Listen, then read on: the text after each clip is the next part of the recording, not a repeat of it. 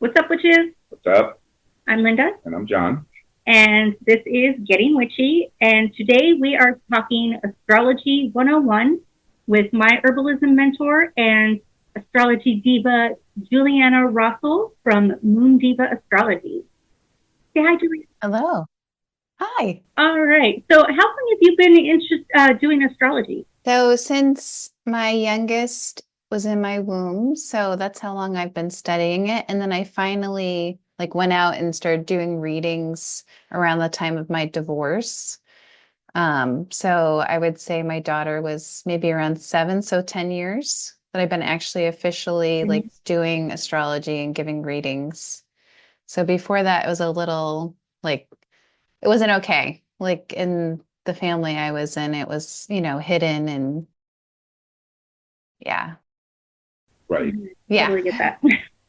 So, um, I've always been interested in astrology, and my mom was kind of into it once upon a time when she was into some of the esoteric stuff. Um, but honestly, my experience, other than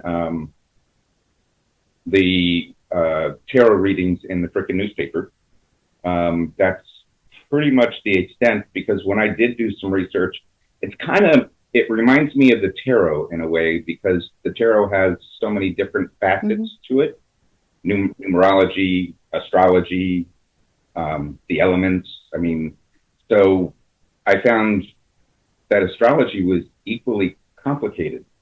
So how did you simplify it for yourself, or did you? Yeah, I think so. The way I was taught, it was like I was being taught by a madman, like a mad hatter. Like he would speak in riddles.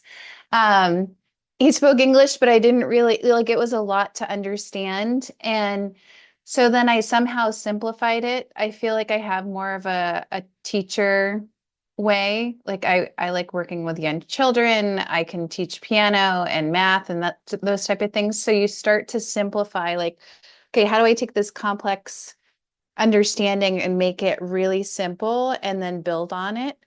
So, like starting off with this is a middle C on the piano, and this is an eighth note or a quarter note, and this is what it looks like, and this is how I draw a quarter or eighth note, and then building on that, right? And learning rhythm and Right. learning all the other notes, and then putting it together, and it's like an orchestra. So astrology is very mathematical. It doesn't mean that you can't learn it if if you're really not good at math. But there's a lot of patterns to it, just like music. Um, so if you can look at it that way, so when I do teach it, I'm building because you can't really play Beethoven unless you learn chopsticks, right? You kind of have to start and simplify it.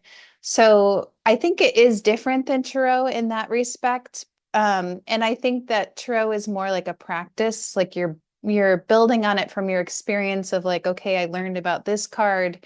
And then over time, I go, like, this is the general stuff about this card, right? So if it falls, you're like, oh, I can put it together with all the other stuff. That's maybe how it's a similar too, because when you're like, okay, well, a planet's transiting a house, it may not manifest the same way for everybody, but there's these general things that it does, so same thing with these cards. When you throw a card, there's a general, you know, there's general information about it that might apply to that person. So it's like an art form too. But I would say tarot cards I don't think it's as mathematical. Does that make sense? Yes, it Yeah. does. I mean, they use numerology, but it's not really mathematics per se. Whereas from some of the research I saw her doing prior to us meeting with you today, um, I was looking at freaking algebra on the. I mean, like, I'm like, I did good in that class, but I do not know what the heck that is. It just seemed really overwhelming based on just. Yes, I was looking over her shoulder, but Yeah. I mean, it seems kind of intense. And for the most part, we can learn algebra, right? We learned it in school. But we always build up to it. So it's something that if somebody really wanted to learn astrology, they would just need to start with the basics and build and not try to jump to algebra until they really Right. understand the basics. Um, Yeah, if you don't even know what that symbol is called, like that's where you need to start, right? Right. You know. So, yeah, I think it's also different too from tarot. I was going to bring this up and I don't remember if this was one of your original questions.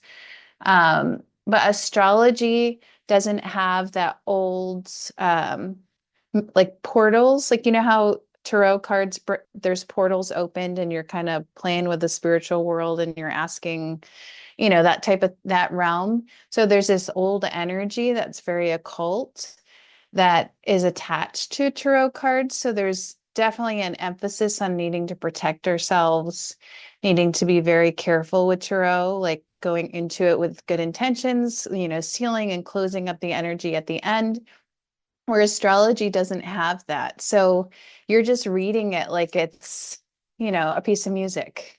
So it's a language. Um, so it's nice, like if you really want to get started and you're not sure about how to protect yourself and do what you need with tarot or some other things that also open portals, like this would be a good start. Kind of like angel cards versus tarot cards, right? Yeah. Angel cards are not going to have the need to protect as much, right?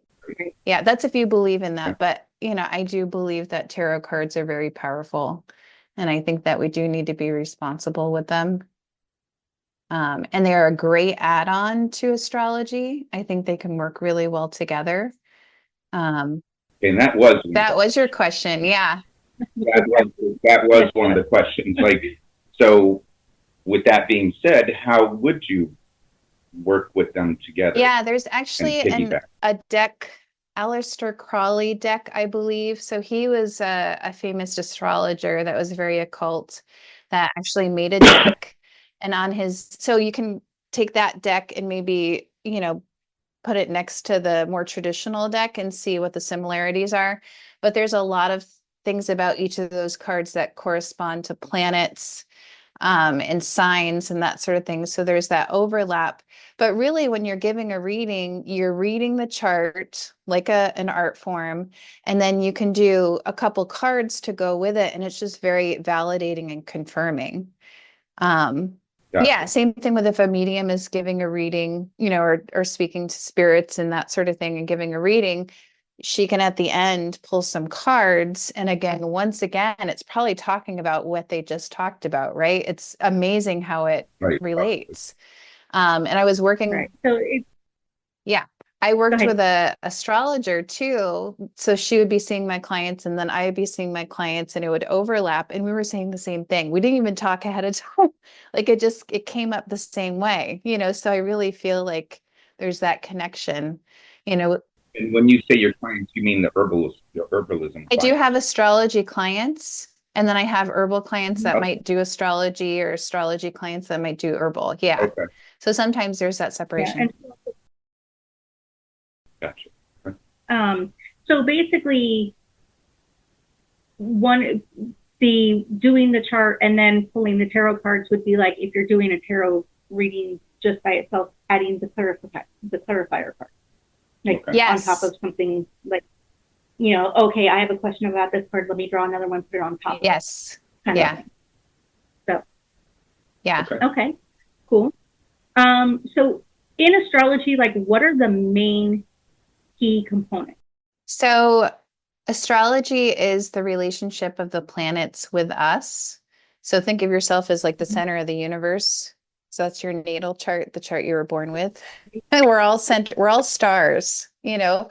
So we all are our own universe. And then you have the planets that are interacting with you. So it's that relationship, and we have free will and we can supersede our chart. You know, we have to have that intention. We have to work with the energy. So it's not that those planets are doing something to you or forcing something to happen. It's that interaction between. So that's the really basic definition of astrology. And so there's, Now, doesn't the astrology figure like the sun and the moon as a planetary body yeah, so they incorporate that. individually? Yes. Yeah. So it's not just like Venus and Mars and Neptune and that, but they also consider any celestial Yes, body. yeah. So the moon and the There's a sun are your planetary system. luminaries. And that brings up that Okay. question about the 13th sign. So I looked into that. I don't use the 13th sign. But what I think the Okay. reasoning for I think why they're saying that there's a 13th sign is because when you have a sun sign, it's a season of that sign, and the sun is actually going through that constellation. So it's going through Taurus, it's going through Aries, and that's why it's a sun in Aries or a sun in Taurus.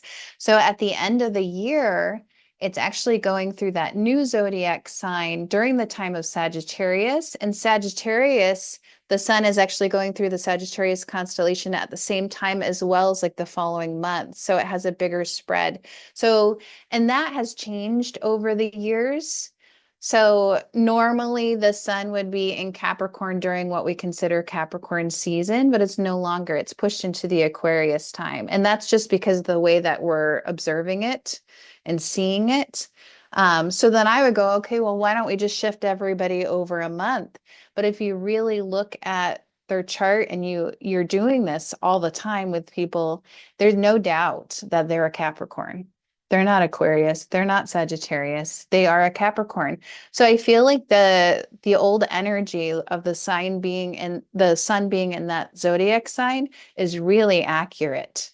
So this new understanding of the sun moving through this new zodiac sign, like maybe that applies to some people, but I would really still stick with that 12 sign concept. What we Yeah, and play did. with it. I think there's so many different ways to look at astrology, and it's an art form. So, like if you resonate with the whole sign versus the Placidus, I can never pronounce it, but the sign with the division of the chart when it's not perfect. So whole sign will be everything's perfect, like the pie is all the same. Um, but the Okay. other chart that I use, it's like one house might be a sliver in that pie and the other one looks really big. So then the transiting time will be different for the planets through the houses. And one might be more accurate than the other for you or somebody else. So you really, if you do feel compelled to look into that, you can try it and see if it's true for you. And you might want to be an astrologer that just does that, like that whole sign or the When you say Placidus. houses, are you talking about the actual constellations? The When you houses. say house, So the map yeah. of the sky when you were born, it they sectioned it into 12 different houses, and each house section correlates with a different aspect of your life. So one piece of the pie will be about just you as an individual. Another piece might be your relationship with your partner or your marriage partner. Another aspect might be just family or siblings or children. So as these planets orbit in relationship to you, it's going to be orbiting and transiting through those houses at different times in your life, activating it for you to work with that energy or not, right? So there's a flow. So we're kind of in time with this interaction or in time with the moon phases, you know. So I think that's probably the basic thing to look at is if you can start with the moon. And, you know, we have a full moon and new moon. A lot of people really know what that is at this point, and just see how you feel around those times. So you're interacting with that energy, that luminaire, right? So, what is necessary in order to get your birth chart actually plotted out? Yes, yeah. So if you don't have your exact birth time, um, a lot of astrologers will recommend like going back to your hometown. Sometimes there's records at your town hall. Sometimes going back and getting your birth certificate, but getting some form of your birth certificates that's the original. Because a lot of people would handwrite the birth certificate, send it in, somebody would type it into the system, and then it wouldn't be accurate. It wouldn't have the time on it. So you might be able to find the time that way. Asking your parents is not necessarily the most accurate way to do it. My mom will call me on the same time every single year, but come to find out when I actually looked in my baby book, it was 9 minutes off. So if you have a baby book, I think that's pretty accurate because usually around that time, that's when they knew the time that was the most clear to them. Right. Even somebody found a photograph at the hospital and somebody hand wrote the the birth time. So you might have a picture of the baby like being held by dad or grandpa, and somebody writes the information. That might be something to wait. See, so I'm one of those people that I have no freaking clue what time I was born. I feel like it was sometime early in the morning, but I don't know. I have tried to get a birth certificate, but it's a generic. It just says, "Hey, you were born on this date." Yeah. It's got my name and the county that I was born in, and that's it. Like, there's no. I mean, it lists my mom and dad, but that's like the most generic of information it could give. And then when I tried to petition Broward County, which is where I was born, for any records, I was trying to do something different. Yeah. I had to contact them about like the original birth certificate. Unfortunately, there was a fire and everything was lost, like decades of records. Yeah, they hadn't computerized.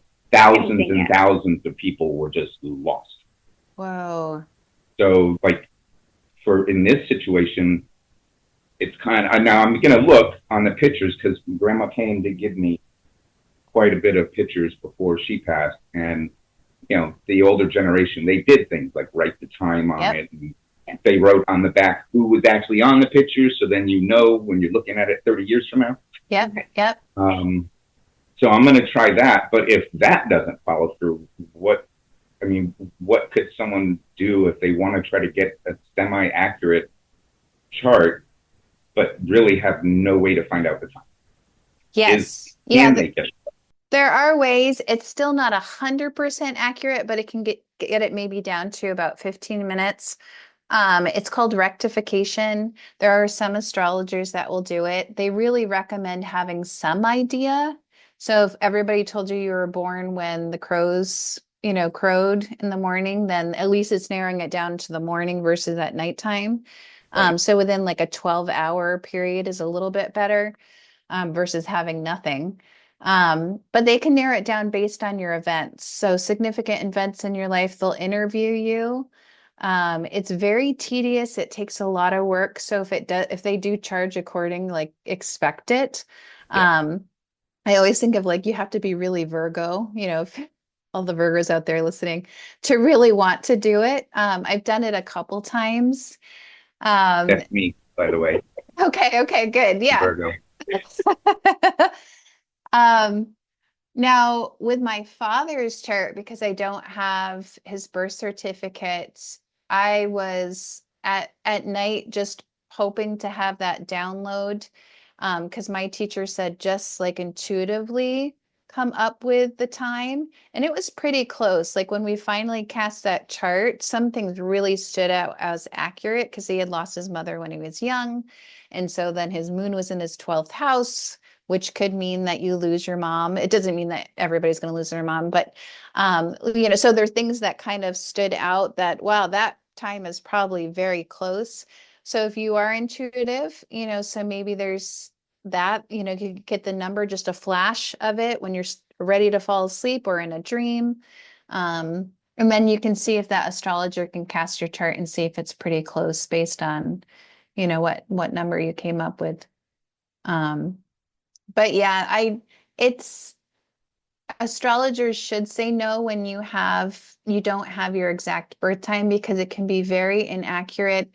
And just like a medium or a tarot reader, like what is told to you, like what is said to you, it goes into your psyche. Yeah. And you have to be very wise and very careful about not putting stuff in somebody's mind, because they're going to dwell on that for probably 10 years, right? Whatever was said in that reading.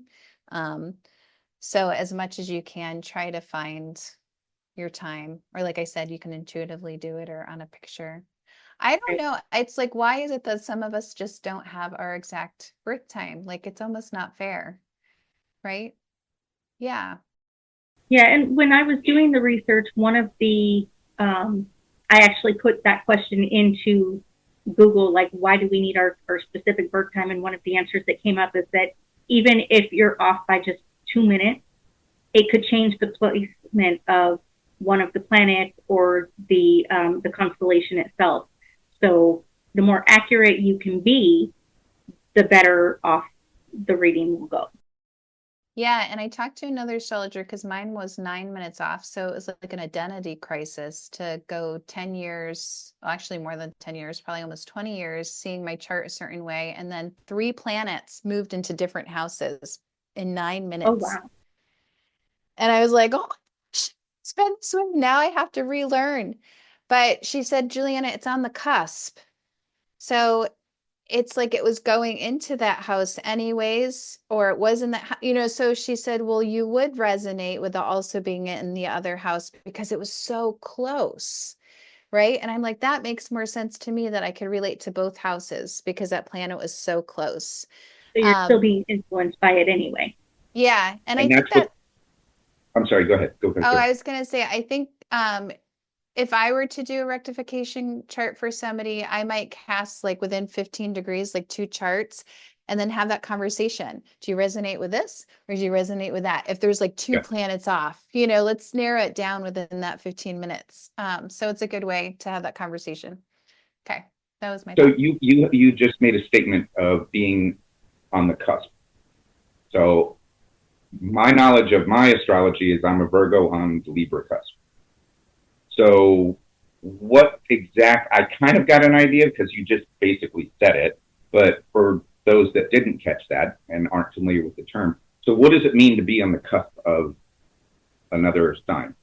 Yeah, so cusp means two things, I guess. So cusp means when your sun sign is on the cusp, it means that within that day, it changed from one sign to the next. So say you were born in the morning, it's still going to be in Libra or Virgo, because Virgo comes first. And then if you were born that evening of that same day, you would be Libra.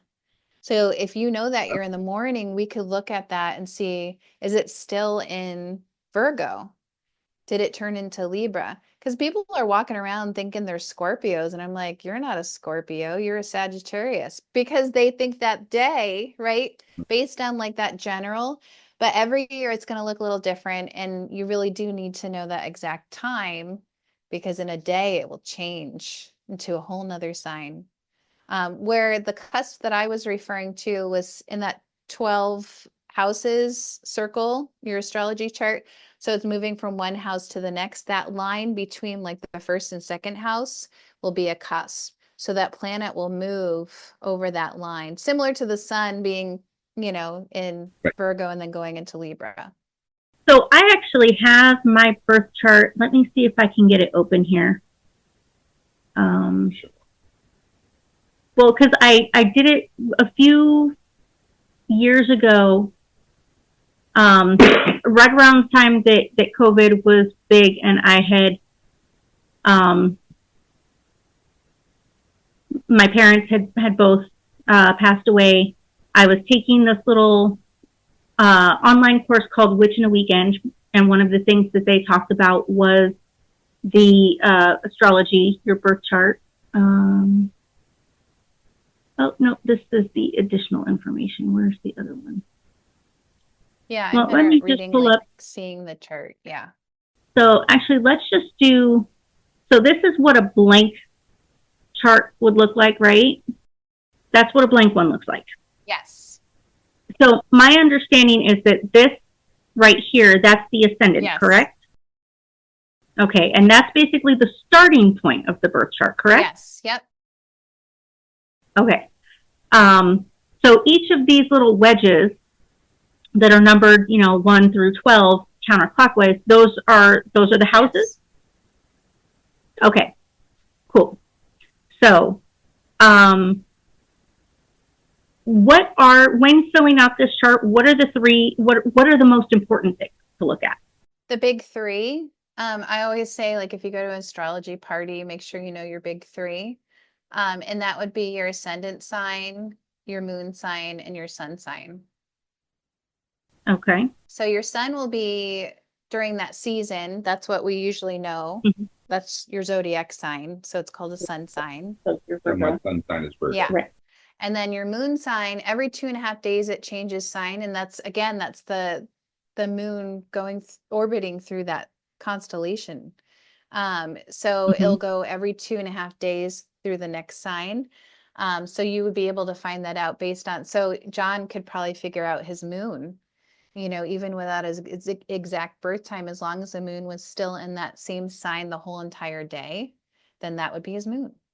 And the ascendant, that's the tricky part. Like I remember my sister giving birth to my nephew, and I was holding my phone like every minute, because every 15 minutes it seemed like it was, he's going to be a Pisces rising, if he comes now. And then, if he comes in another 15 minutes, he's going to be this sign, So that's what really changes and makes a huge difference. That's harder to know when you don't have your exact time. But your rising sign or ascendant sign is supposed to be the most significant part of your astrology chart. So that's why your time is so important. So if that answers that. And then there's some exceptions to those big three. If you have something conjuncting your ascendant, that's going to be like a higher card. And what?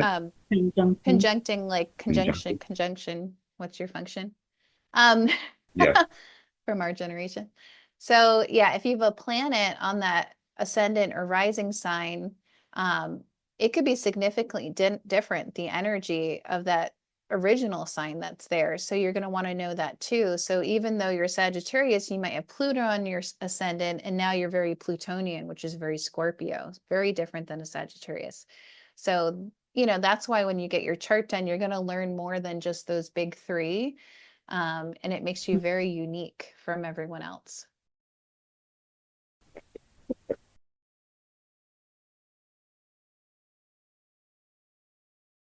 So I know there are quite a few websites online where you can get your birth chart done. Do you find those to be accurate?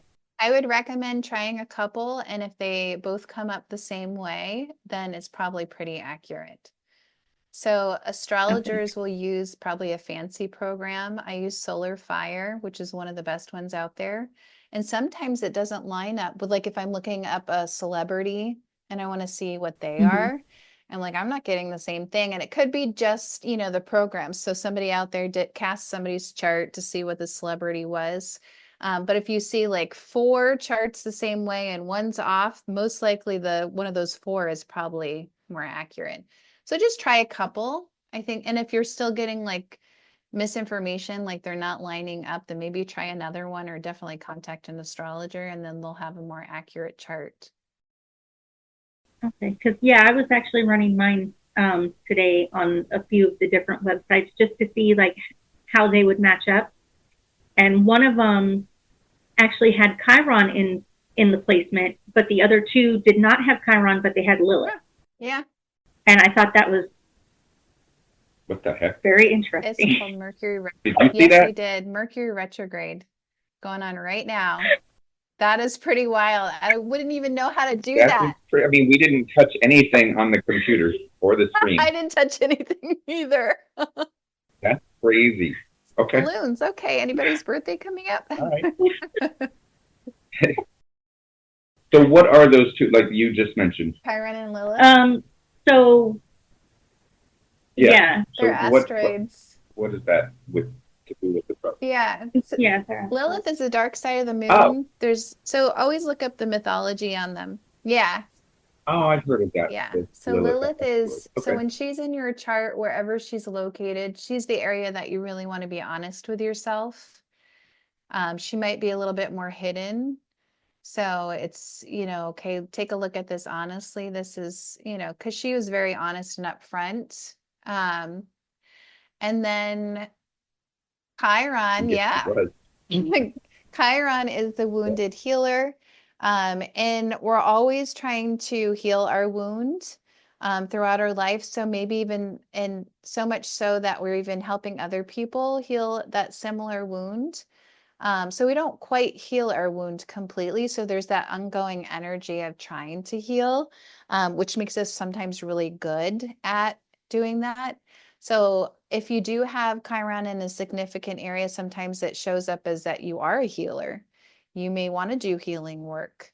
Or it could be just as simple as like, this is the area that you really want to focus on to help heal your wound. And it can be helpful, like when you're doing some of that work, with your astrologer or a counselor, it can help give you information. I probably have that in my chart somewhere because I am a healer. So yeah, it's probably there. So it might be in a location that's more significant, yeah, for a healer. Right. So now what's now interesting, you again, from the beginning of the conversation, we talked about celestial bodies. So even asteroids Mhm. are used within the chart and where, because we know where they're at all times, Yeah. pretty much, for the most part. So what about, excuse me, does astrology take into account other celestial, like comets? I don't know. I know there's a list of things that you can put in your chart, like even Cupid. Okay. So probably, and I've tried to do that a couple times to see if I resonated with adding more than what I really studied and learned. And it starts to get complicated, and I'm like, I don't see this showing up enough for me to continue using it. So I stick to the stronger aspects or the stronger asteroids that we use. And those asteroids create like a bridge between the personal planets and the outer planets. So it helps you to get to the outer planets, which are very spiritual and awakening. So I'm like, I want to stick with those, right? Versus getting too much chatter Right. or too much communication from other stuff. But there are people that really love that. And again, it's similar to, am I a whole sign astrologer? Am I astrologer that does the 13 zodiac signs? Like what type of an astrologer I am? Mm-hmm. There might be somebody that just loves asteroids and loves constellations. And how does that work into the chart? Well, I was just curious because I mean most comets only come around every what? There's one that's every 70 years. There's another that's every 2,000 Yeah. years. So like the rarity of it, I was just curious if that ever came I up. don't know But if you I can mean, you see it answered in that question. somebody's chart, but I know that like we had asteroid flares yesterday, so people are feeling pretty dizzy and they're feeling these things out there, but I wouldn't know how to like put it in their chart as an astrologer. But Right. these events that happen, we definitely could use that as an opportunity to do something intentional, to also be aware of it so that if something we're feeling off, it's not, nothing's wrong with us, right? We're not sick. It's just that we feel dizzy because there's an asteroid flare, or something opening up in the universe. Um, so I can see Right. how that would relate. Yeah, as much as Retrograde. we feel the full moon, why wouldn't we feel a comet? It makes sense to me. It's just hard to measure. Yeah, I would imagine it would be. Um, I had another question. I love these questions. You know? I don't know, what else do we have on our list? Well, that's it for what we initially sent. Oh, we went through everything? Yeah. She touched on one of them before we even got to those. Oh, that's true. So do you have any recommendations for books or websites that people could go to if they are just beginning and want to learn about it? Yeah, there's one, I think it's called cafeastrology.com. Mm-hmm. Obviously, it would be better for you to study with someone who knows how to do it. But that's a really good site that seems to align with the way that I was also taught. So when I read, what is it to have Venus in the third house, it's pretty accurate. Right. So Cafe Astrology. that is actually one of the ones Yeah. that I ran my chart through this morning. The only thing I did not like about them is they gave all the information first before even showing me the chart. I had to go almost all the way down to the very bottom to find the chart so that I could know what they were talking about in the beginning. Oh yeah, so maybe their format. And it's like no, I need to Yeah. see the picture. I need to, so that was the only thing I didn't like about them. I also went through astro.com, which is also known as Astrogene. Mhm. That one is the one that uses Chiron in mind. Mhm. And I thought that was interesting that like they use Chiron, but Cafe Astrology didn't. What was the other one that I used? I think astrology.com used Lilith instead of Chiron. And then there was another one that when it came up, it looked like somebody tried to draw it with the paint program on their computer. Oh, maybe not. And I'm like, okay, like that's a Yeah. really awful graphic, but the information seemed to be accurate. So I'm like, I can forego horrible graphic if the information is correct. Yeah. There is a good book.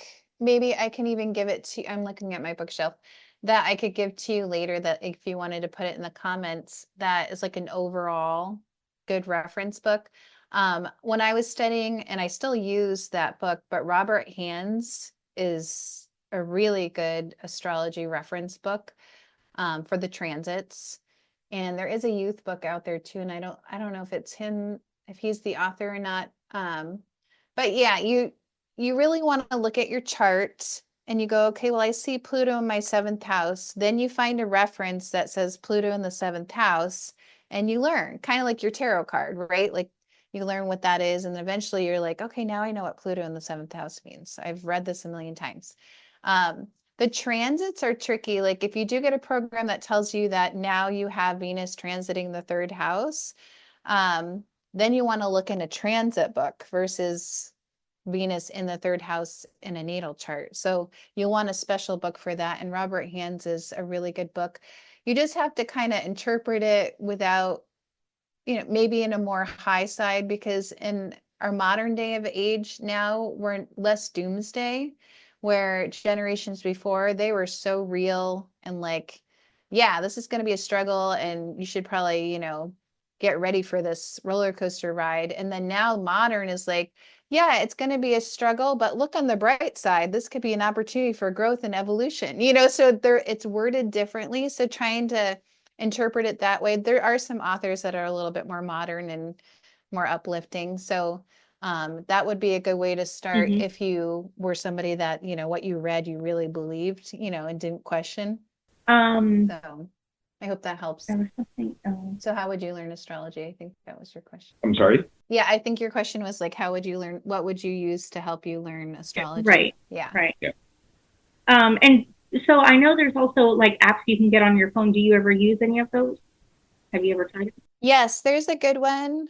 I think it's Time Passages that I always recommend my students use. Time Passages.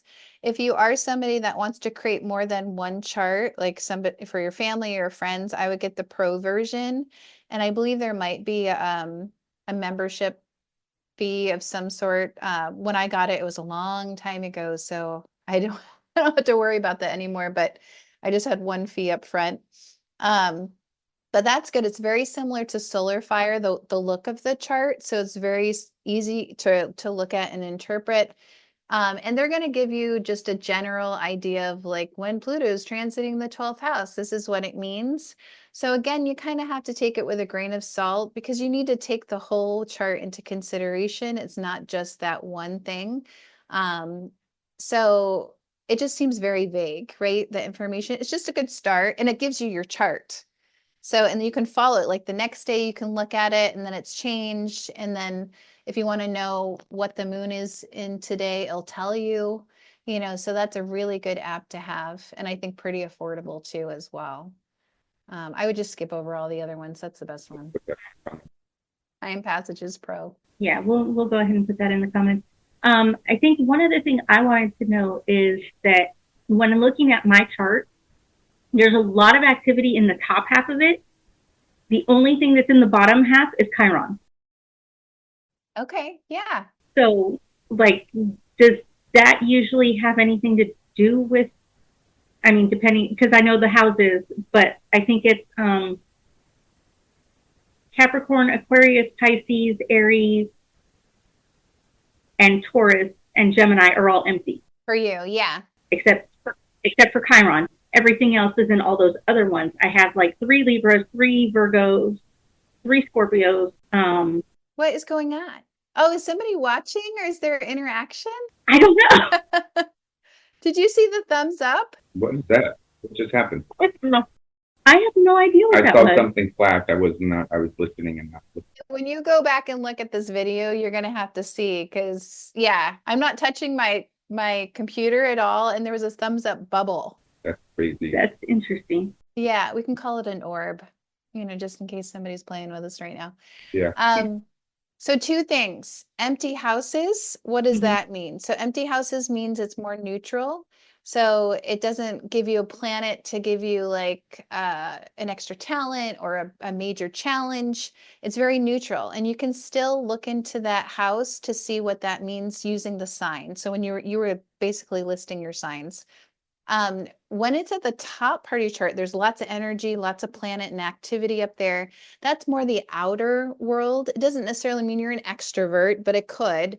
But it's more like you're playing with the outer world, like you're in relationship with people, you're having to deal with shared resources, you're out in the public eye, which is the 10th house energy. You're doing networking and community, which is the 11th house. You're spiritual, you have all this outward energy.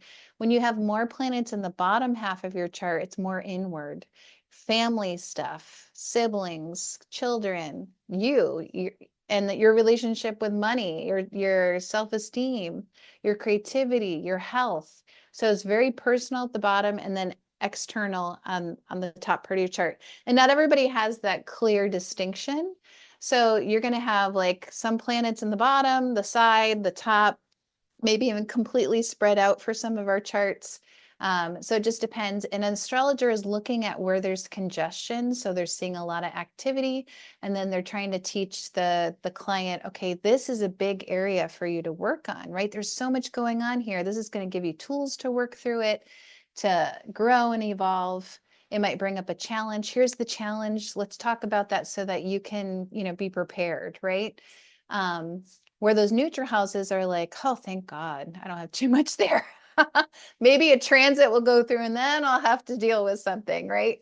So hopefully that helps, because everybody asks me that question. What about like this empty house? What does that mean? I just thought that was interesting that like the top six. So basically, it would be like 6 through 12, lots of stuff going on there, but then 1 through 5, completely empty. And it's like, except for Chiron chilling off by himself in, I think it was the third house. So I'm like, okay. Yeah. So you just doing these podcasts are getting out to your community, being in the public eye. So you're working the energy that you were asked to be taking a look at. So if you just stayed at home to care your family, your kids, and I know you do that too, but if that's your only focus, then you wouldn't really be using those planets at the top of your chart, where it might be reversed for some of us. So some people have a lot of energy at the bottom, and if they're out in their career, out in the public life and not paying attention to their family, there might be that imbalance again.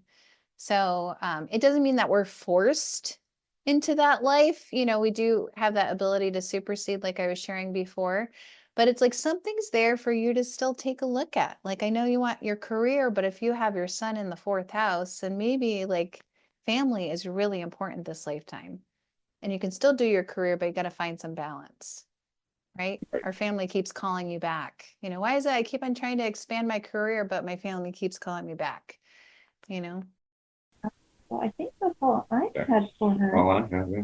All right. Well, do you want to go ahead and give everybody your social media contacts so that they can reach out to you if they want to get a reading? Yeah, so Moon Diva Astrology on Instagram. So you'll see sometimes I'll post videos too, so that might be fun to take a look at. And then herbaljules.com will have my phone number, and I'll have a way to email me. So that's probably an easier way to reach me. And then my name is under Juliana Bishop, so my maiden name Bishop. My new name is Rossel, and it's because I'm married. So I have several different identities. Right. Yeah. It's kind of fun. Oh, and I'm right there with you too, because I've got several as well. So Yeah. I'm like, how many names have I had? And then I like being Moon Diva, so Moon Diva Astrology. So I feel like that's fun too. So all right. Well, Thank you for your time and joining us. Yeah, thank you, Juliana. I appreciate you doing this for us. this is really great. Yeah, I hope we can do this again. All right, and I guess I'll see you on Monday. Yeah. All right. All right. Have a wonderful day. Thanks. And enjoy your weekend. You too. Bye. Thank you. Bye-bye.